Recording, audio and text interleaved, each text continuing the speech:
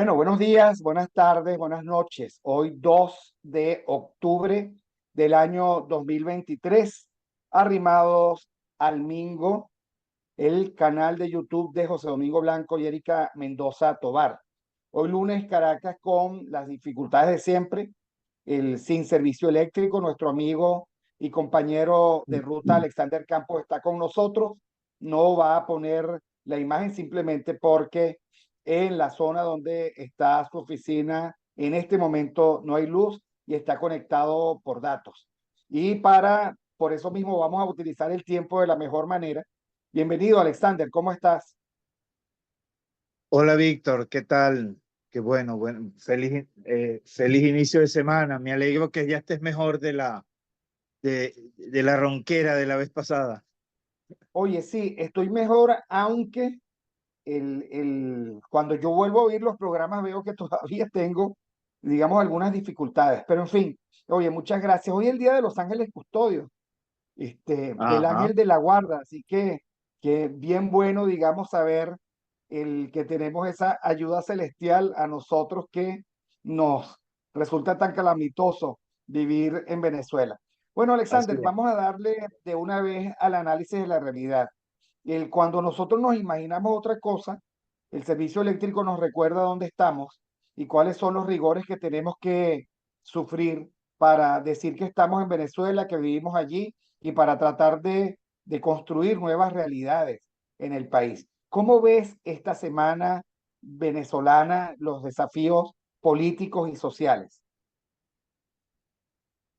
Bueno, eh, la semana pasada eh, terminábamos de conversar sobre las primarias. Bueno, conversamos sobre distintas cosas, especialmente estábamos hablando de lo que había sucedido en Tocorón, de la sorpresa, pues aparente sorpresa del mundo, vamos a decir, en la opinión pública, y después pasamos a conversar sobre las primarias, e inmediatamente, creo que en la misma tarde o el día siguiente, el CNE sale con su, vamos a decir, con su eh, propuesta, dándosela de inocentes, ¿no? Precisamente hoy día de los santos inocentes. Bueno, de Los Haciendo, Ángeles Custodios, que son perdón, es inocentes, verdad, de los pero que nos ángeles acompañan. custodios. Sí, fíjate que yo me casé el día de los inocentes, el 28 de diciembre, ¿no? Pero bueno, es que tú siempre has tenido un sentido de humor muy particular, ¿no? No, bueno, pero ya van bueno, 30 años, entonces no fue juego la cosa. Mira, y bueno, llegan con esta propuesta que, bueno, vuelve a embelezar digamos, de la opinión pública, a dirigir el debate, a señalar el debate hacia dónde debe ir. Eh, eh, eh, pero mientras tanto, la gente va por su camino, pues, ¿no? Digamos, por el camino electoral y por el camino de esta pasión que se está llamando vivir hoy en Venezuela. Lo digo porque tú me haces la pregunta en conjunto. Bueno, eso es interesante porque yo creo que cada vez más se decanta como la vía, digamos, de las primarias. Eh, Decíamos la semana pasada que al gobierno, al régimen, se le hace como tarde para ir suspendiendo las elecciones. Y decíamos precisamente el lunes pasado que le habían dejado esa tarea a parte de la misma oposición, ¿no? Eh, Ellos retomaron eso, pero retomaron esa propuesta para que fuese precisamente la misma gente de la oposición las que, las que fuesen perfilando, digamos, esa vía. Ahora, me llama la atención que aparte de algunos candidatos, aparte de algunos candidatos, por lo menos lo que veo yo en la mayoría de los analistas, es como una tendencia a no caer en la provocación del CNE. A ver, pero ¿por qué hago este recuento? Porque eh, cosas que parecían, digamos, obstáculos insalvables hace 6 meses, por la vía de los hechos, hoy resultan naturales. Hoy resultan naturales. Por ejemplo, se pensaba que era imposible hacer algo sin el CNE, que era la única vía posible para para asumir el camino de las primarias, que bueno, el CNE se convertía en un obstáculo insalvable.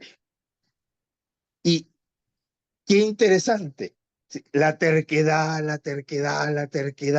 de la opinión de la gente, en principio, para mí eso es fundamental. Con el CNE no voy, con el CNE no voy, con el CNE no voy, con el CNE no lo apoyo.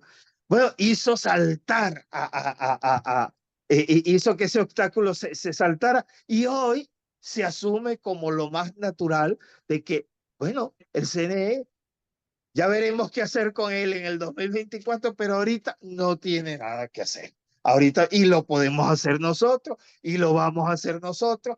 Y la misma Comisión Nacional de Primaria, la misma Comisión Nacional de Primaria, que tú sabes muy bien que no son santos de mi devoción alguno de ellos, han tenido que poco a poco asumir esto. Y le escuché por lo menos a Víctor Márquez y por lo menos al doctor Casal, unas posiciones bastante claras, más la de Víctor Márquez que la del doctor Casal. El doctor Casal, como buen político, eh, fue retrasando las cosas, pero creo que al final el fondo de lo que propuso es que la propuesta del CNE es extemporánea y nosotros lo que aceptaríamos de ellos es que nos presten los colegios y más nada, con lo demás lo seguimos haciendo libre y nosotros seguimos planificando lo Claro, nuestro.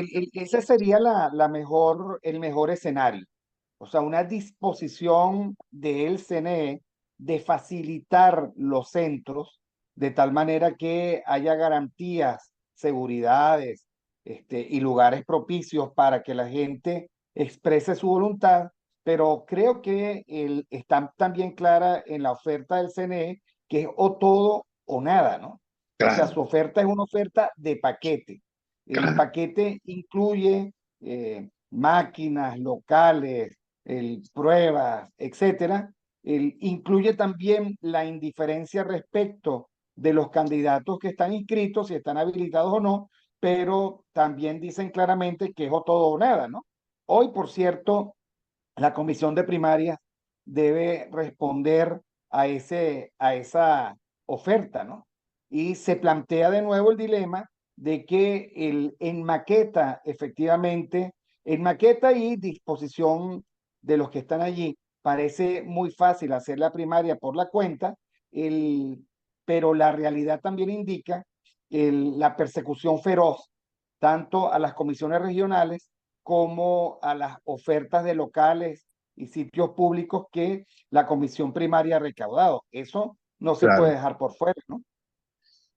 Sí, porque como todos sabemos, el régimen presenta siempre dos caras, ¿no? Te da el dulce por un lado y el garrote y garrote por el otro. Todos, pero todos sabemos que el verdadero rostro es el rostro el rostro del que maneja el garrote. Esa es la verdadera realidad. Y en el último momento, si no se aceptan las propuestas, yo creo que van a ser más radicales, pues, ¿no? Es decir, la presión va a ser mucho más fuerte, pero eso es lo interesante y yo creo que eso es lo que debemos nosotros recoger para alimentar políticamente, no solamente en el discurso, sino en la práctica. Es decir, a pesar de que todos sabemos que el garrote es su verdadera realidad y es lo que digamos, lo impulsa, pues no mengua, al contrario, sube la poca o mucha disposición que haya de votar cada quien que le dé su lectura. A mí me parece que para hacer unas primarias hay por encima de las expectativas normales que siempre hay en este tipo de votación. Entonces, más bien lo que está ocurriendo es que de cada escollo que se supera, eh, las primarias cosechan credibilidad y cosechan adición. Es interesante porque pareciera que el régimen va cuesta arriba con el tema de las primarias. No se da cuenta que con cada escollo lo que hace es alimentar el fuego o alimentar el calor de la presión de las primarias porque la gente, y es una teoría muy clásica de Ausberg, por ejemplo, pues bueno, va viendo se va viendo que sí es posible, que sí lo puede lograr, y eso va sumando y va sumando y va sumando ánimos que me parece que son necesarios digamos, para este momento que nos va a tocar. Yo creo que las primarias han tenido en el régimen su principal, o uno de los principales alimentadores. Si sigue así, me parece muy bien, me parece muy bien. Por el otro lado, digamos, porque hay un tema que me gustaría que no dejásemos por fuera, Víctor, antes de terminar la conversación, que es el tema del sínodo.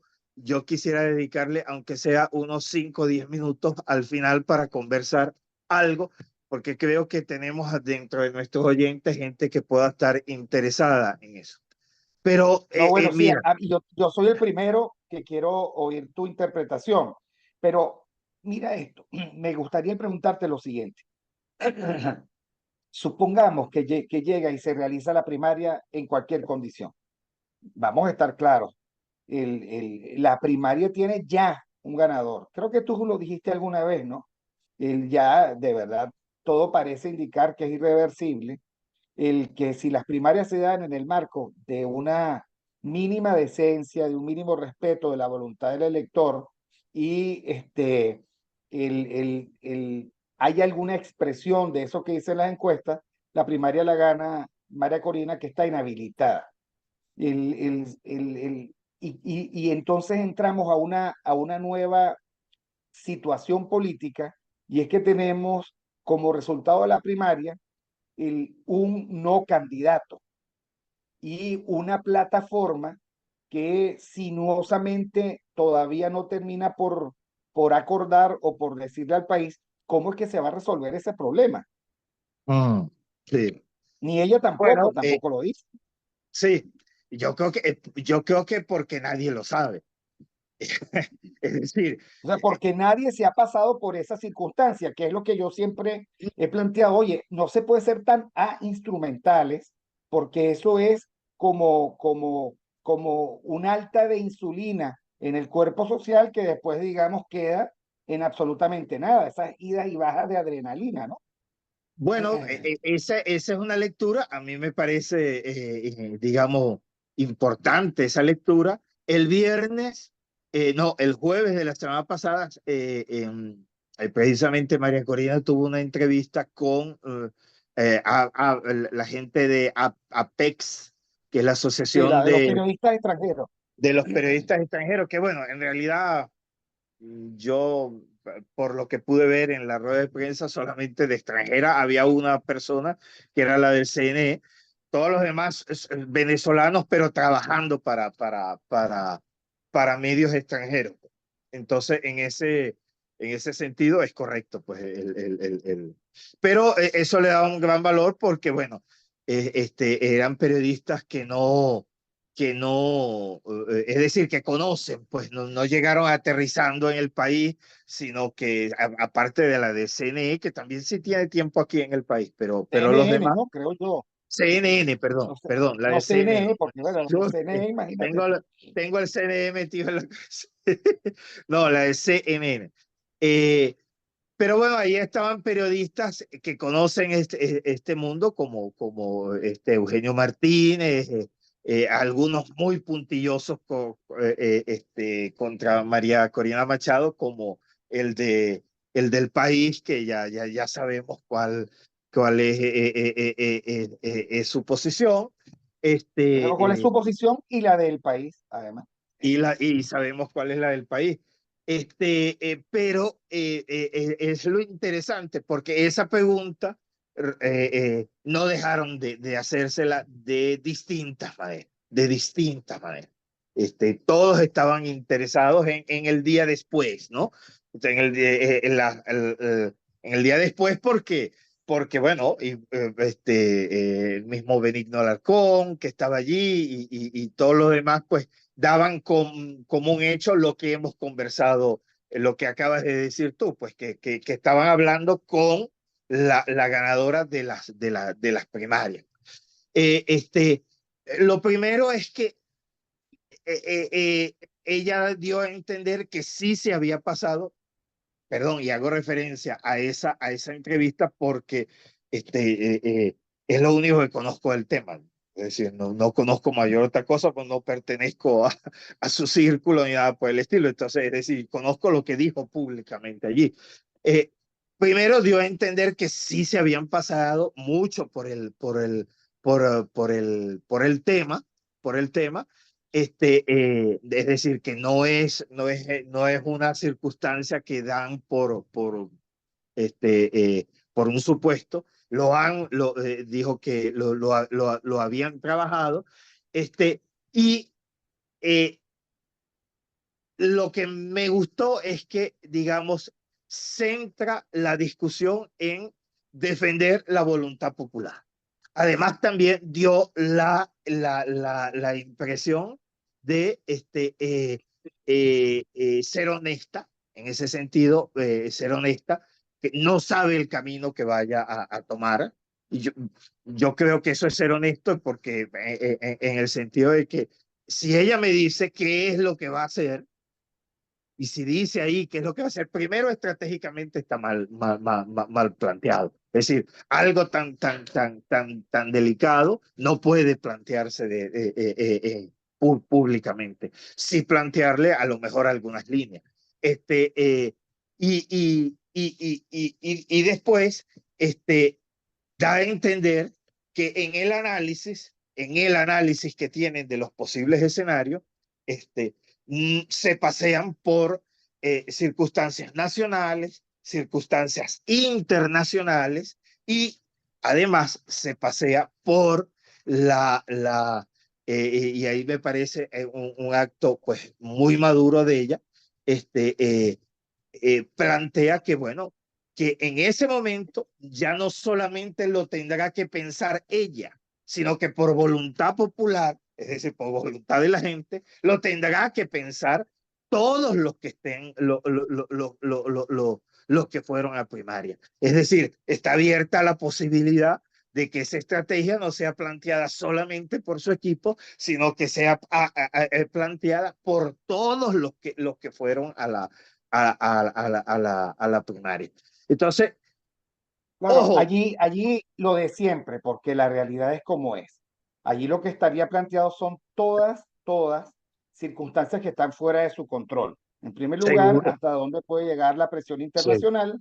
En segundo lugar, hasta dónde puede llegar la presión de seguro, calle, que seguro, significaría una convocatoria a la calle, el que no sé si la gente está dispuesta a hacer. Y en tercer lugar, la mejor y buena disposición de unos partidos cuyos principios y precedentes sí, señor, indican que son tramposos, mentirosos y que no quieren correcto, tener nada que ver con María Corina. Entonces, correcto. todas son factores externos. todos son. Y es decir, nada yo no te puedo negar absolutamente nada de eso, nada en absoluto, porque eso es lo que ha sucedido, es lo que ha sucedido. Ahora, yo vuelvo a decirte, Víctor, para mí, este, lo que estamos precisamente, como te decía la vez pasada, en Romanos 8. Es decir, aquí hay que meterse contra toda esperanza. Yo sé que la lógica está en contra nuestra, totalmente está en contra nuestra. Y ¿cómo negarte que la mayoría de los partidos de oposición sencillamente no les gustaría tener a María Corina de candidata? Porque los va a poner en otra lógica distinta a la que ellas vienen trabajando desde hace tiempo. ¿Cómo no reconocerlo? Es decir, ¿cómo, cómo pensar a Ramos Aluc trabajando y remando a favor de María Corina? Y digo un extremo porque Ramos Aluc es el paradigma de anti María Corina.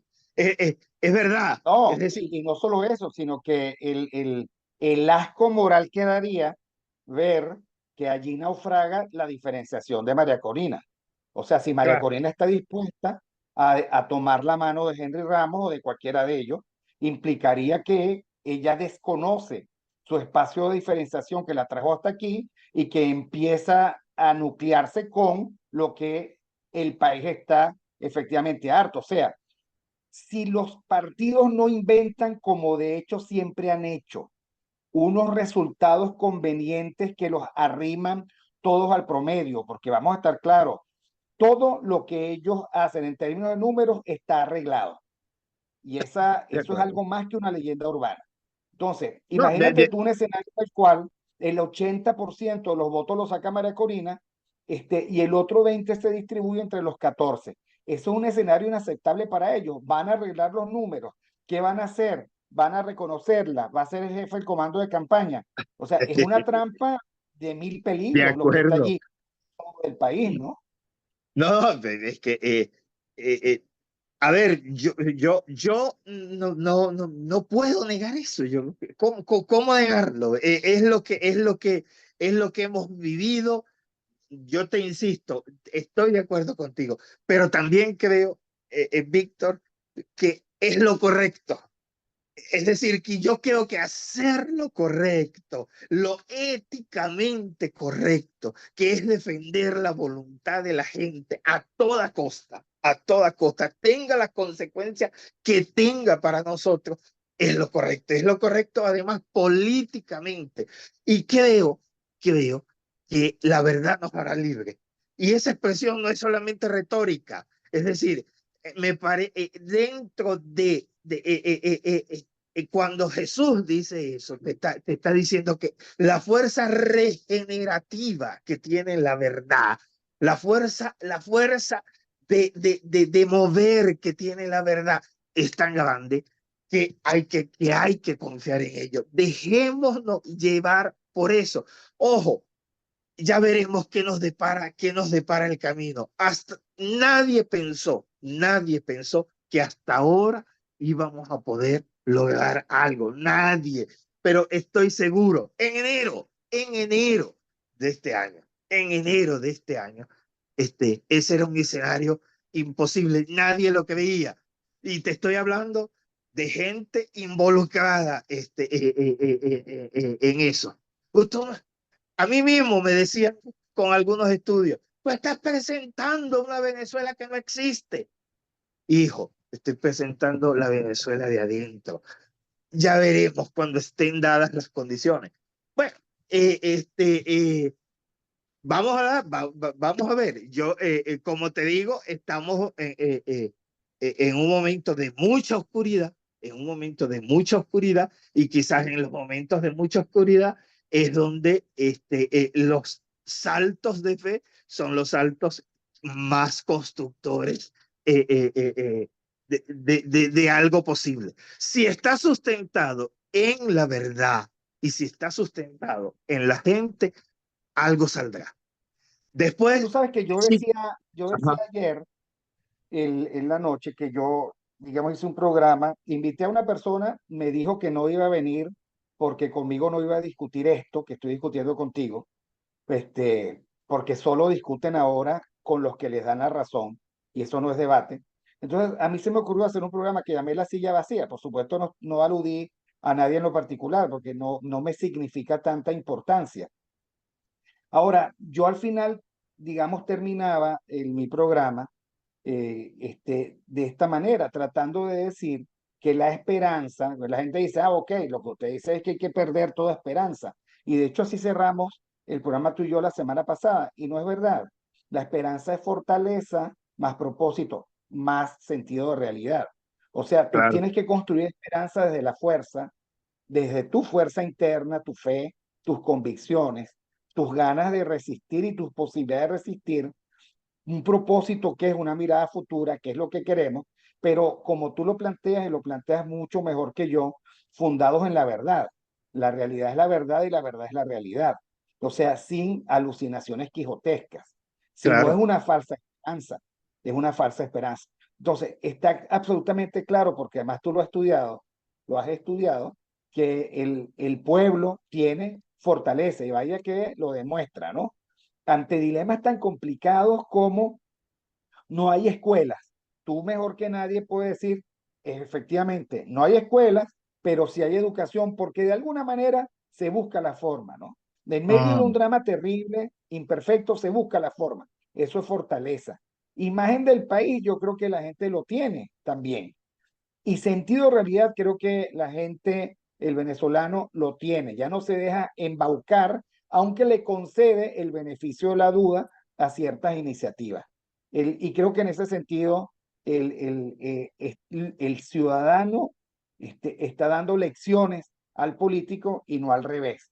Porque cuando el político dice, bueno, yo no sé, hasta aquí sí, y después entonces cosas tan locas como cuando lleguemos al puente lo cruzamos. Es que tenemos 25 años, Alexander, de llegar al puente y esa manada de irresponsables no lo cruzan, se lanzan, se vuelven. O sea, mm, esa es también la verdad.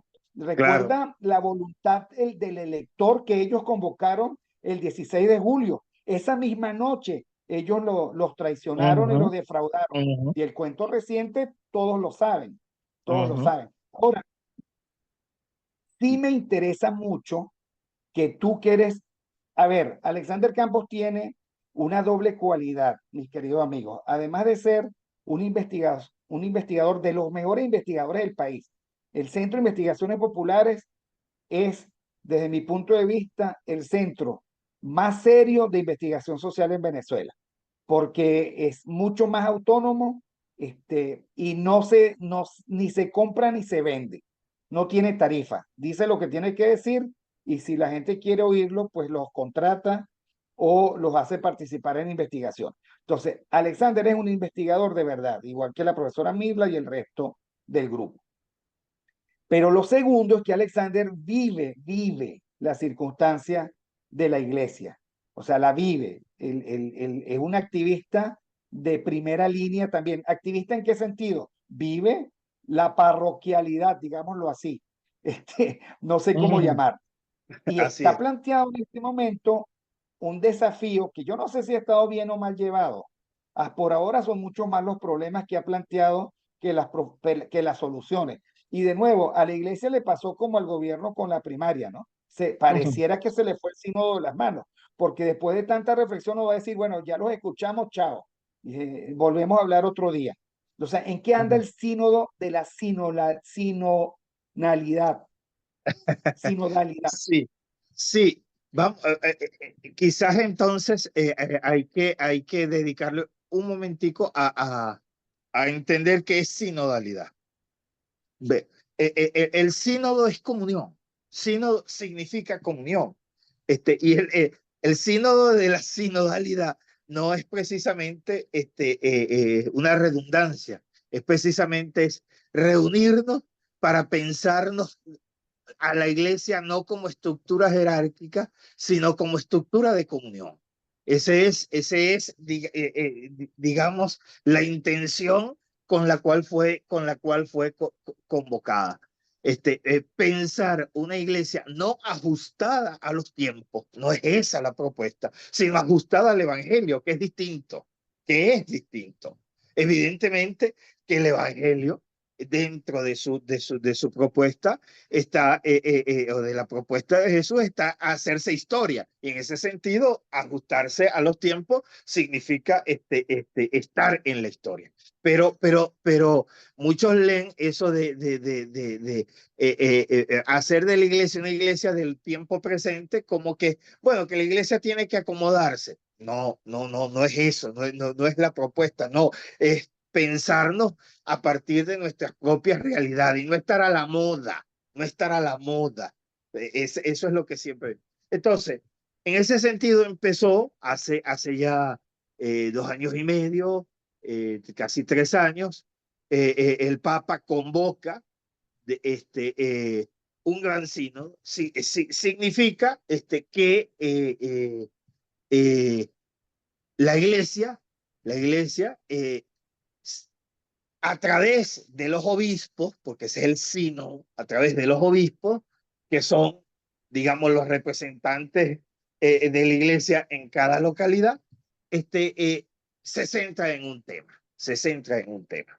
Bueno, así como el sínodo de la Amazonía, por ejemplo, se está convocando, pero es un sínodo menos vistoso porque es un sínodo centrado solamente en la iglesia amazónica, en la iglesia que está en la cuenca amazónica, Brasil, Argentina, perdón, Brasil, Venezuela, todo lo que cubre el Amazonas. ¿Y qué ¿Cuál es el espíritu que anima, que anima al sínodo? Bueno, tenemos que pensar si la estructura de la iglesia y su funcionamiento se ajusta a lo que Jesús ha pedido. Esa es la pregunta. Y digamos, la gran interrogante es, no habremos convertido a la iglesia en una estructura clerical, es decir, centrada en el clero, es decir, en aquellos ministros ordenados que tienen una función determinada y no en toda la iglesia. Y ese clericalismo no tendrá su máxima expresión eh, en las funciones que cumplen los laicos dentro de la iglesia y las posibilidades que tienen los laicos de funcionar dentro de la iglesia. Bueno, esas son las grandes preguntas. Y eso es lo que ha ido animando, digamos, la discusión. ¿Qué ha sucedido? Ha sucedido que los obispos se han reunido en Roma, han ido las diversas iglesias hasta Roma, representantes de cada conferencia episcopal del mundo, por lo menos 2 representantes de cada iglesia de cada conferencia episcopal del mundo, más una serie de delegados del mundo, y empezaron una primera discusión.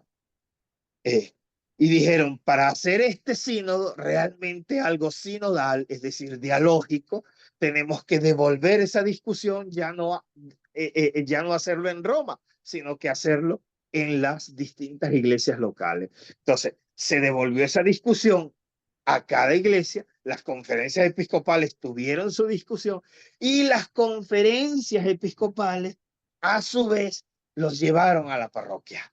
Es decir, que llevar toda esa discusión desde Roma a los distintos países y de los distintos países a las distintas parroquias y después el camino contrario de las distintas parroquias a la conferencia episcopal que recoge las discusiones de todas las parroquias y todas esas parroquias y todas esas conferencias vuelven a Roma. En ese momento estamos, en el momento en el que las conferencias episcopales vuelven a discutir en Roma todo eso. ¿Qué se está Ahora, discutiendo? Alexander, ahí como el diablo está en los detalles, Ok, la mejor demostración es lo que ocurrió con las reuniones sinodales de la conferencia alemana.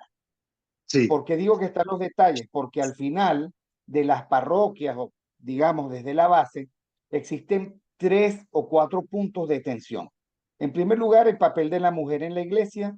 En segundo lugar, el problema de las parejas recompuestas después de un divorcio. En tercer lugar, la ubicación dentro de la iglesia de las parejas homosexuales, y en cuarto lugar, digamos, el papel rector del clero en la constitución y la dirección de las iglesias. Allí ha claro, habido mucha tensión porque por el otro lado están sectores que son el que están, digamos, muy, pero muy opuestos a siquiera que se dé esa discusión. Y por otro lado, en el mismo momento en que está este planteamiento del Papa, el Papa llega y le da tremendo cipotazo al Opus Dei, que es 80% laicos, 20% clero. Entonces, claro. ¿cómo se están resolviendo estas tensiones? Bueno, la iglesia como toda, digamos, realidad humana, vive una tensión muy fuerte, especialmente porque Francisco tiene una manera de actuar que es incómoda, especialmente después de Juan Pablo II y de Benedicto XVI, que tienen un papel en el mundo tan radical, pues, ¿no? Especialmente Juan Pablo II, más que Benedicto XVI, que Benedicto XVI, a mi entender, tuvo mayor impulso más que en el papado, en su, digamos, carácter de teólogo, pues, ¿no? En el que pensó, Teologías. pues, revolucionariamente, pues, muchas cosas. Evidentemente que eso impacta. Pero fíjate tú, este, la reacción es volver, la reacción, digamos, liderado por el cardenal Sará y liderado digamos, por un cierto, vamos a decir, un cierto sector antiapertura, es el de cerrarse a todo diálogo, ¿no? Cerrarse a todo diálogo. El Papa, sabiendo que esto es así, pues toma la decisión de ser más abierto que todos y plantear, por ejemplo, hoy, el miércoles, se abre la sesión con algo histórico. Las mujeres y los laicos tienen votos en el sínodo por primera vez en la historia de todos los sínodos. Bueno, eso es algo impensable. Pero es que él además, él ha tenido digamos, ¿cómo decirte? Enseñanzas muy adelantadas. Todo el que leyó Amoris Leticia se da cuenta que en el capítulo 3, 4 y 5 está resuelto el problema de la comunión para las parejas, digamos, los divorciados. Está resuelto, ahí ya no hay discusión, eso ya es enseñanza en los seminarios y demás. Evidentemente que ¿Y hay de un qué manera sector, está resuelto? bueno, ¿De qué manera? está resuelto que la comunión no puede excluir a las personas. Es decir, el sacramento en el que se unen en el que se unen los cristianos, el sacramento por excelencia en el que se unen los cristianos, no puede ser el sacramento que divida. No puede ser el sacramento que divida. Es decir, yo no puedo separar a un cristiano que tiene vida parroquial, que tiene vida de fe, que está en comunión con la iglesia. Yo no puedo negarle la comunión sacramental. Ojo, lo que no puedo es extenderlo porque hay otros que no están en eso. Entonces, evidentemente, el diálogo es entre la persona y el párroco, las personas y su director espiritual, ese tipo de cosas, pero no está excluido, al contrario, está abierto y lo dice claramente Amoris Leticia. Es más, te habla de los casos especiales, te habla de los casos especiales. Te comento, por ejemplo, el sacerdocio para los sacerdotes casados. Bueno, el sínodo de la, ayer hablando con Monseñor Diva José Ángel Divazón, que es el representante nuestro para ese sínodo, porque él fue obispo por 25 años en Amazonas, Así conoce es. perfectamente eso. Nos dice, mira, Alexander, eso no hay discusión. Nosotros estamos recuperando la memoria histórica de la iglesia. Y en la última votación del sínodo para la Amazonía, las 2/3 de los obispos votaron a favor del sacerdocio para los hombres casados en el Amazonas. A favor. Solamente 40 estuvieron en contra y 85 estuvieron a favor. Y de esos 85, la mayoría pertenecían a la curia, a la curia romana. Es decir, ahí eso va a terminar por imponerse porque además es tradición histórica, es tradición histórica. Es decir, el celibato no era condición pues para el sacerdocio, sino siglos después Así es. por condiciones Sí, por eso históricas. Entonces, Francisco diferencia disciplina de dogma, ¿no? Es una especie de exacto, disciplina que se planteó, pero exacto. no forma parte, digamos, de la condición sine qua non, ¿no? Mm. Francisco lo que le pidió fue, les dijo a los obispos de la Amazonía, le dijo, mire, por favor, publíquenlo y publíquenlo con los votos, para que no se diga que es el Papa el que está revolucionando la iglesia, sino que son sus pastores los que están viendo la mesa. Este, el, el, eh, eh, eh, el tema de los homosexuales y el tema digamos, de las prácticas, digamos, fuera de la tradición, digamos, eh, yo que veo que eso, digamos, a ver, ahí yo te digo claramente, eh, eh, eh, Jesús no excluye a nadie por el amor de Dios. Es decir, si nosotros quitamos del Evangelio todos aquellos actos en los que Jesús incluye a aquellos que son excluidos, a los impuros, a los Nos niños, quedamos sin a los evangelio. pobres, nos quedamos sin Evangelio. Si nosotros nos seguimos cerrando a esto, definitivamente el cuerpo el cuerpo y la sexualidad como uno de los aspectos, digamos, del cuerpo, eh, tiene que ser reivindicado. Jesús se hizo hombre en todo, menos en el pecado, en todo. Es decir, si nosotros seguimos considerando la sexualidad como pecado, si seguimos nosotros pensando de esa manera, estamos negando a Jesús, estamos negando la manera como Jesús quiso salvarnos, que fue haciéndose hombre para reivindicar nuestra condición de hombre. No hay nada, absolutamente nada malo en eso. En eso Jesús es clarísimo, es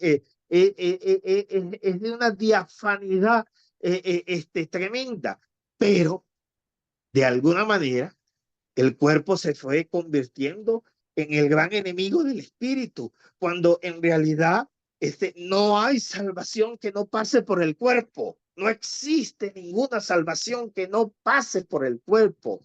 Y hoy toda la neurociencia y toda la ciencia nos está dando la razón. No existe algo llamado mente sin estar ligado al estómago, sin estar ligado al corazón. Es decir, si nosotros creemos de verdad en la integralidad de la persona humana, no podemos seguir pensando en términos de espíritu y cuerpo. Espíritu como el aspecto puro y el cuerpo como el aspecto del pecado y como la fuente de todas las pulsiones malignas. Al contrario, Jesús lloró, rió, se deprimió, seguramente tuvo muchos deseos sexuales. Jesús vivió lo que un hombre puede vivir,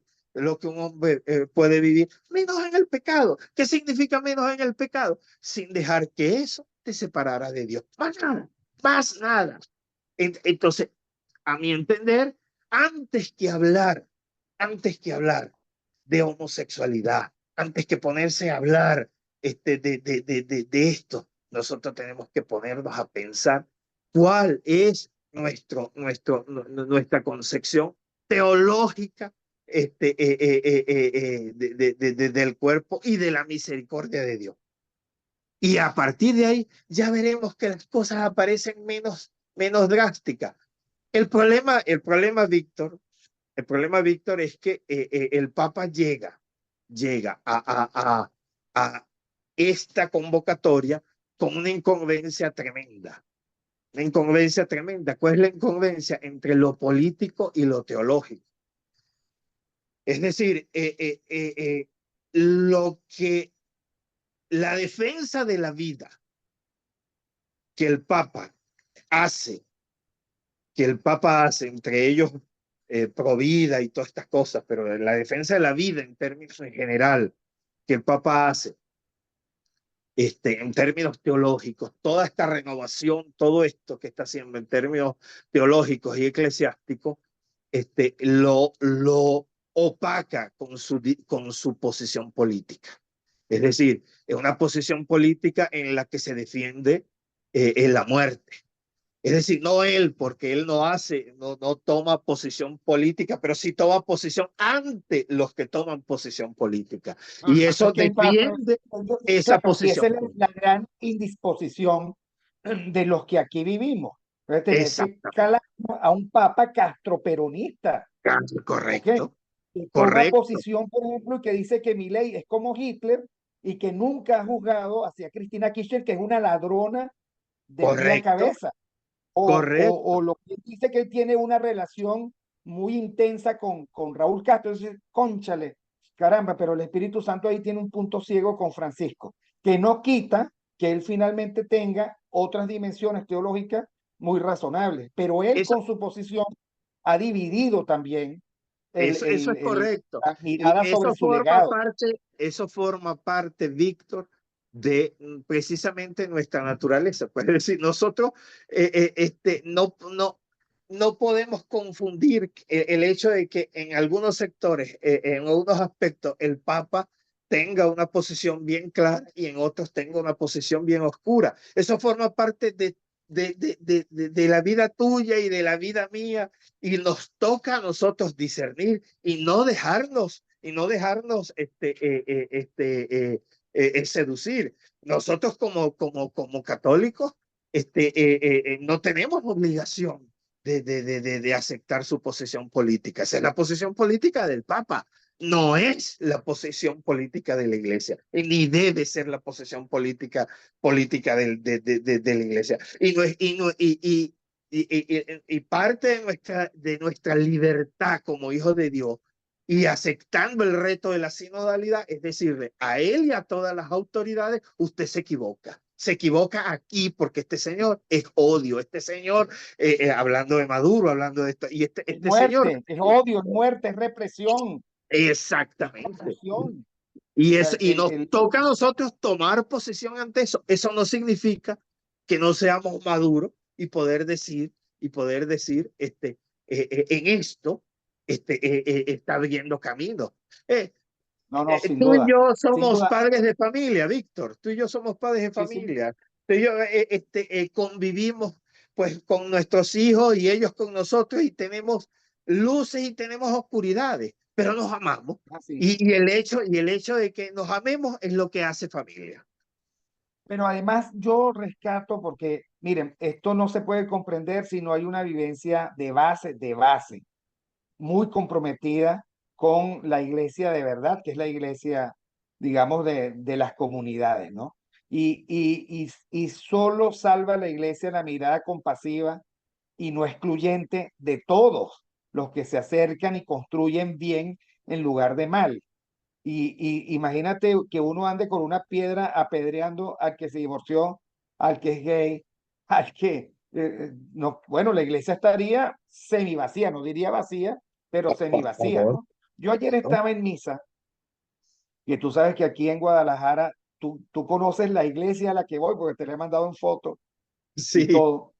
Y yo decía, oye, esta iglesia, de gente mayor, ¿no? Con algunos jóvenes, estaría más llena si hubiese tal vez un acuerdo de, a ver, si la compasión fuese unívoca, si la Mm, compasión fuese unívoca, ¿no? Si no hubiese, digamos, todavía el, el, el, bueno, iba a decir la arbitrariedad parroquial de que usted sí y que usted no, ¿no? Recuerdo hace poco una amiga que me contaba que se fue a confesar y le dijo al cura que era divorciada. El cura no le administró la confesión y faltó caramba, poco para que la sacara de la iglesia. no. Es decir, todo lo contrario a Jesús de Nazaret. Todo lo contrario. Así. Lamentablemente, en muchos sectores, la iglesia no hace sino espantar a la gente porque no crea comunión. En absoluto no crea comunión. Y eso no significa coquetear con el pecado, porque usted puede ser bien claro con el pecado, pero abierto a abrirle las puertas digamos, al pecador, si queremos usar esa expresión así, porque al fin y al cabo a nosotros nos interesa la persona, no nos interesa el pecado. Entonces la fe de la iglesia se convierte en un manual para expulsar a la gente y en un catecismo de errores, cuando lo que tiene que convertirse es precisamente en un abanico de esperanza, en puertas abiertas, pues para todo. Y ese es Jesús, ese es Jesús, Bueno, es pero es que además Jesús. el doble rasero, ¿no? Entonces después reciben, qué sé yo, a una pareja de divorciados, qué sé yo, pero que son, qué sé yo, el jefe del estado de tal país o cual país, ¿no? O sea, Claro, la compasión que falta en la base se expresa en la conveniencia política cuando se recibe allá. claro. Bueno, espero que yo no caigamos en la anecdótica porque es muy complicada, pero sí quiero para cerrar tu mirada de mínimos y de máximos resultados de este proceso sinodal. Mira, la verdad es que yo creo que se va a trabajar mucho, mucho, mucho, se va a avanzar mucho, especialmente en el papel de los laicos en la iglesia. Yo creo que ahí va a haber una gran reforma, una gran reforma. Los sacerdotes van a tener que, de alguna manera, repensarse y aceptar, digamos, una mayor participación, no como agentes ejecutores, sino como, digamos, parte fundamental de la parroquia, no como adornos, no como un número más, sino como fuente de inspiración y de construcción de vida parroquial. Y en ese sentido surgirán muchas formas que sustituirán a la antigua parroquia como estructura básica de la organización eclesial. Este, eh, eh, el papel de los ministros no ordenados va a ser fundamental, va a ser fundamental. Eso creo que va a tener digamos, una reforma básica. Creo que se van a dar, digamos, los pasos para una mayor incorporación de la mujer en la iglesia. A mí no me cabe, es decir, yo no puedo entender, es decir, no, siendo hombre, no puedo entender que la iglesia esté pensada como una estructura de hombres. Eso es antievangélico totalmente. Yo apuesto, Antirrealidad, la verdad es antirrealidad. Es antirrealidad. y evidentemente antirrealidad. Son ellas las que llevan adelante las vidas de la parroquia, pero, pero a mí el argumento de que son ellas las que están y no los hombres no me convence mucho porque es un argumento muy práctico y no va al fondo. Porque entonces si yo tuviese más hombres, entonces no las dejo entrar. No, es que ese no es el asunto. El asunto es que Dios nos hizo hombre y mujer. Y todos somos hijos de Dios. Y todos debemos participar con igual corresponsabilidad. Que ese es, creo yo, ese es, a mi entender, el fondo del asunto. Creo yo, lo más radical pues, que va a suceder. Es decir, la corresponsabilidad del laico y el clero y yo no sé si se avance mucho en el aspecto digamos, del sacerdocio para las personas casadas. Eso se va a terminar de resolver 100, 150 años, no lo sé. Yo creo que eso va a desaparecer, pero si se hace énfasis en el laicado y se hace énfasis en el papel de la mujer, aquí va a surgir otra iglesia. Porque el talante que las mujeres le dan a donde se meten es una cosa distinta. Donde ellas se meten, algo sale distinto, porque le da una vida nueva, una vida particular, una vida distinta. Entonces, yo creo que a mí me da mucha esperanza el hecho de que las mujeres tengan mayor, digamos que de alguna manera ayuden a construir una mejor iglesia. Así. Como de hecho en muchos lados ya lo están haciendo. Exacto. Y bueno, ojalá, yo he estado muy atento y sobre todo muy atento a las dos posiciones. Hay una reacción terrible, también muy dogmática de los flancos más conservadores, que bueno, que harán peso, ¿no? Ya veremos finalmente qué ocurre. Algunos hablan de herejía, etcétera, y bueno, ya veremos también qué ocurre con la iglesia alemana. Pero muchísimas gracias, Alexander, porque el conocimiento del tema y tus referencias a la iglesia venezolana son muy esclarecedoras para todos los que queremos seguir el tema. Me parece muy, muy importante y creo que seguiremos, porque eso ahora es cuando comienza. Así Bueno, es. muchas gracias a todos. Estuvimos conversando con Hasta luego. Alexander Campos, que en X es Campos Alexán, arrimados al Mingo, en un nuevo episodio de Aquí se habla libertad, Saludos, hoy día chao. de Los Ángeles Custodios. Muchísimas gracias a todos y nos veremos en una próxima oportunidad.